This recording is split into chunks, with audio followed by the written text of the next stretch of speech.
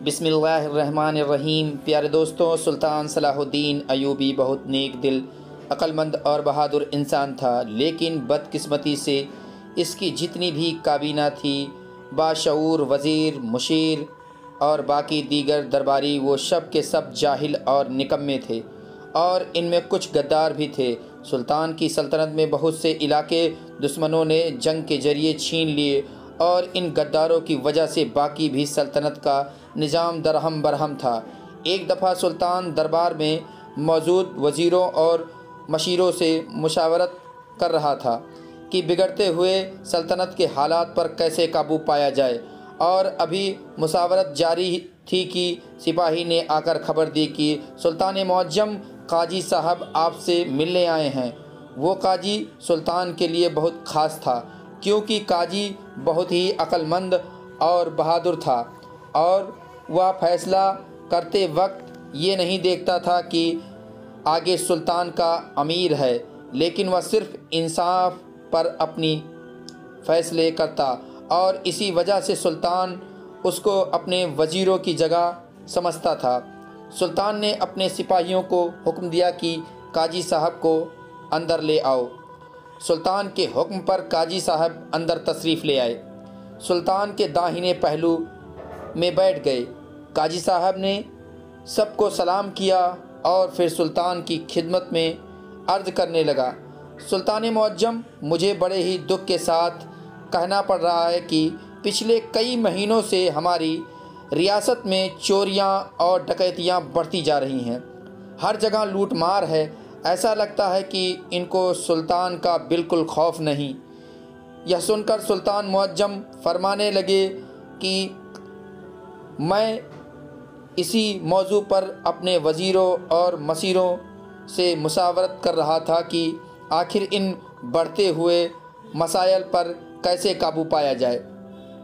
काजी साहब ने छुपे ढके अल्फाज में कहा, सुल्तान मुअज्जम, सल्तनत उस वक्त गिरती है जब उसकी बुनियादें अंदर से हिलाई जाएं।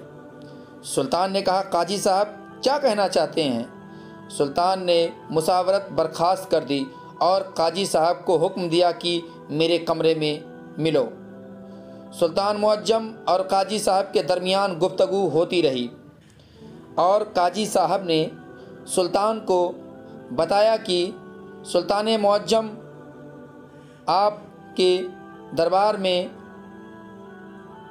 जो भी हो रहा है, हुजूरे वाला बगावत आपके अपने ही घर से शुरू हो गई है, इसलिए आपकी सल्तनत दिन ब दिन कमज़ोर हो रही है, और मुझे ख़तरा है कि आने वाले वक्त में सल्तनत की इमारत गिर जाएगी।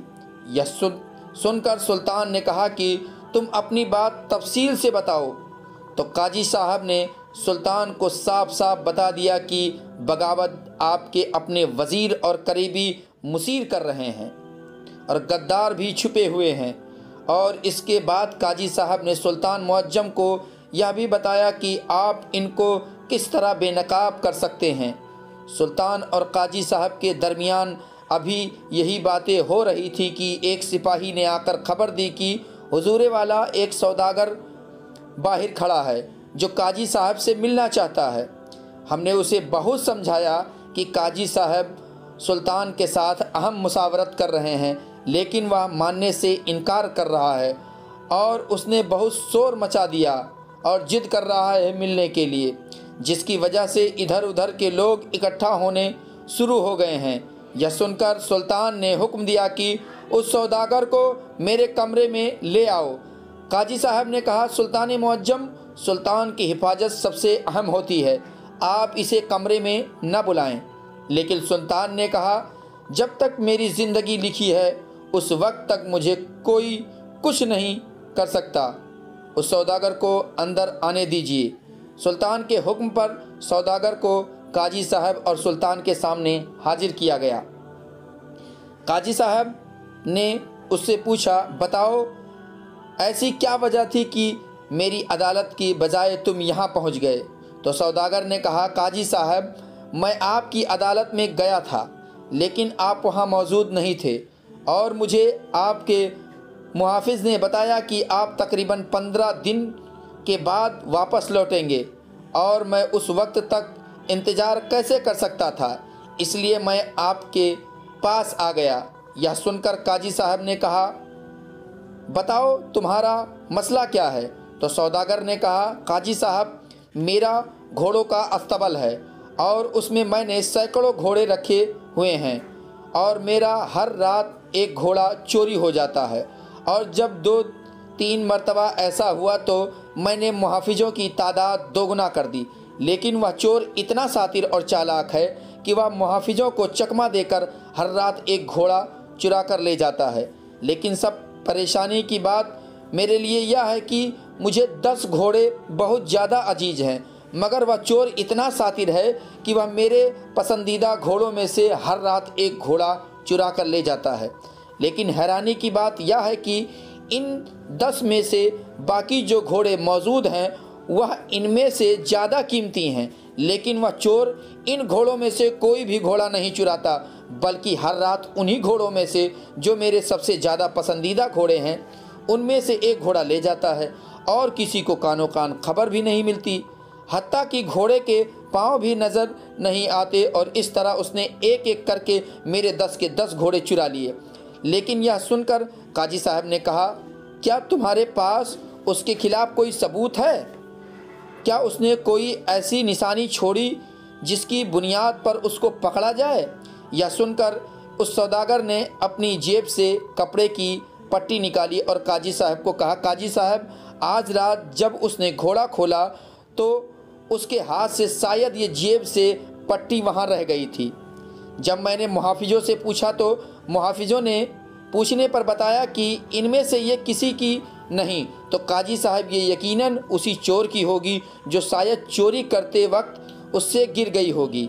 यह सुनकर सुल्तान सलाहुद्दीन अयूबी ने कहा, बेवकूफ़ सौदागर, काजी साहब इस एक पट्टी से इतने बड़े चोर को कैसे पकड़ेगा? तुम्हें कोई और बड़ा ठोस सबूत लेकर आना होगा। यह सुनकर काजी साहब मुस्कुराने लगा और फरमाया, सुल्तान मुअज्जम, यही एक सबूत, यह कपड़े की पट्टी मुझे उस चोर तक पहुंचाएगी। काजी साहब ने उस सौदागर से पूछा, तुम्हारा अस्तबल कहाँ है? तो उसने कहा, काजी साहब, फला जगह पर फला कबीला आबाद है और उस कबीले से 2-3 मील के फासले पर मेरा अस्तबल बना है।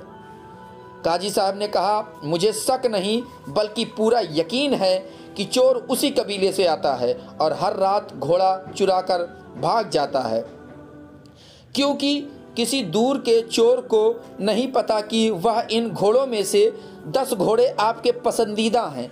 मुझे तो ऐसा लगता है कि वह चोर तेरा करीबी है। उसके बाद काजी साहब ने सौदागर को कहा कि 2 दिन के बाद तू मेरी अदालत में हाजिर होना, मैं इसी जगह ही तुम्हारे मुकदमे को हल कर दूंगा। यह सुनकर वह सौदागर वहाँ से चला गया। सुल्तान ने काजी साहब को कहा, मेरी ख्वाहिश है कि मैं आपके साथ आपके कबीले जाना चाहता हूँ। यह सुनकर काजी साहब ने कहा, यह तो मेरे लिए बाइसे शरफ होगा सुल्तान मुअज्जम। उसके बाद सुल्तान का काफिला और काजी साहब वापस काजी के कबीले की तरफ रवाना हो गए। सौदागर काजी साहब की अदालत में पेश हुआ। अब काजी की जगह सुल्तान बैठा था और सुल्तान की दाहिनी जानिब काजी साहब बैठे हुए थे। सौदागर ने अपनी बात दोहराई कि काजी साहब, अब आप ही मुझे इंसाफ दिलाएं। काजी साहब ने कहा कि जो तेरे अस्तबल के करीब कबीला है, उस कबीले के सब मर्दों को एक जगह इकट्ठा करो और सुल्तान मुअज्जम वहाँ तशरीफ़ लेकर आ रहे हैं और उसी जगह ही तुम्हारे चोर को पकड़ेंगे, लेकिन इस बात की किसी को खबर न होने देना। मैं तुम्हारे साथ सुल्तान का एक कासिद भेजता हूँ। वह कासिद यह जाकर पैगाम देगा कि सब लोग एक जगह इकट्ठे हो जाएं। काजी साहब ने सौदागर के साथ सुल्तान का कासिद भेज दिया और सुल्तान के हुक्म पर तमाम कबीले वाले एक जगह इकट्ठा हो गए, जिनमें सिर्फ मर्द थे। अब काजी साहब और सुल्तान ने उस नौजवान को कहा कि इन तमाम आदमियों को एक कतार में खड़ा कर दो। तमाम कबीले वालों को एक कतार में खड़ा कर दिया गया।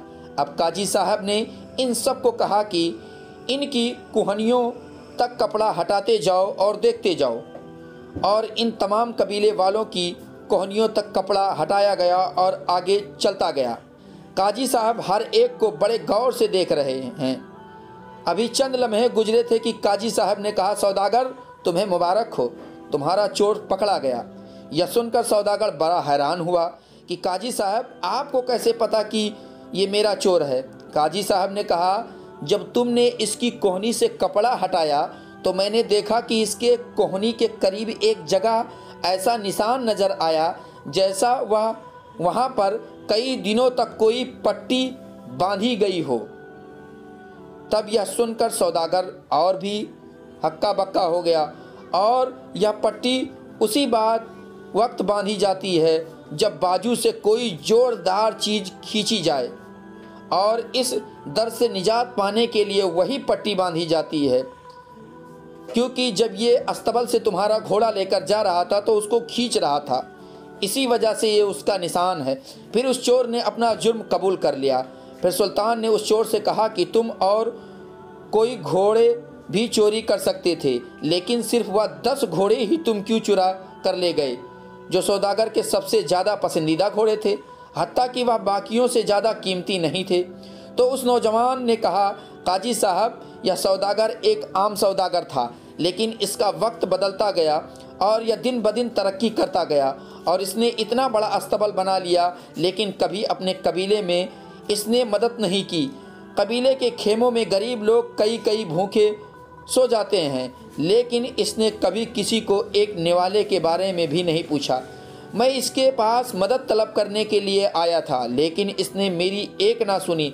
जब मैंने देखा कि यह इतना सख्त दिल हो गया है तो मैंने ठान ली कि मैं आहिस्ता आहिस्ता इसके तमाम घोड़े चुरा कर ले जाऊंगा, लेकिन मैं इसकी शुरुआत इसके सबसे पसंदीदा घोड़े से करूंगा, ताकि इसको भी पता चले कि किसी की सबसे प्यारी चीज़ छीनी जाए तो क्या होता है। तब काजी साहब ने कहा, तुम्हारा दिल साफ था ऐ नौजवान, लेकिन तुम्हारा तरीका गलत था। अब बताओ वह घोड़े कहाँ हैं? उसने कहा कि काजी साहब, मैंने फला ताजिर को घोड़े बेच दिए और उनसे राशन खरीद कर तमाम कबीलों में बांट दिया था। यह सुनकर सुल्तान ने कहा, इन सब घोड़े की कीमत मैं अदा करूँगा। और इस नौजवान को सुल्तान के हुक्म पर काजी साहब ने रिहा कर दिया, क्योंकि इसका मकसद गलत नहीं था, लेकिन आइंदा से ऐसा काम मत करना। सुल्तान ने उससे कहा, इसलिए तुम दोबारा चोरी करने की कोशिश भी ना करना। और फिर सुल्तान ने सौदागर को कहा, यह जो रिज्क होता है तुम्हारा, या अल्लाह ताला की दी हुई अमानत होती है। अगर तुम इस पर सांप बनकर बैठोगे तो आखिरत में अल्लाह के सामने क्या जवाब दोगे। और यह सौदागर को हिदायत दी कि तुम गरीबों की मदद किया करो। और फिर सुल्तान ने काजी साहब की अक्लमंदी की वजह से उसे अपना शाही काजी मुकर्रर कर लिया। और रिवायत के मुताबिक सुल्तान ने बड़े बड़े फैसले और अपने दरबार में गद्दारों को अंजाम तक पहुंचाकर एक मजबूत सल्तनत कायम कर ली, और अपने छीने गए इलाके अपनी बेहतरीन नेक अमली की वजह से वापस ले लिए। Thanks for the watching. Subscribe now.